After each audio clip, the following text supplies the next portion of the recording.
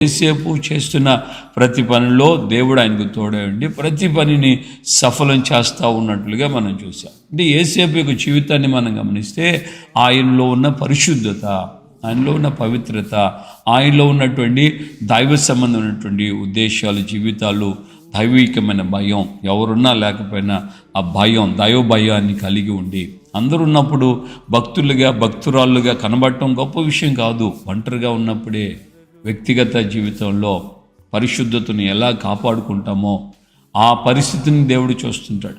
So అలాంటి వ్యక్తులు జీవితాల్లో వారు చేసే ప్రతి పనిని ఆయన సఫలం చేస్తాడు. మరి ఈ రోజున మన వ్యక్తిగత జీవితంలో మనం పరిశుద్ధతను కాపాడుకుంటున్నామా?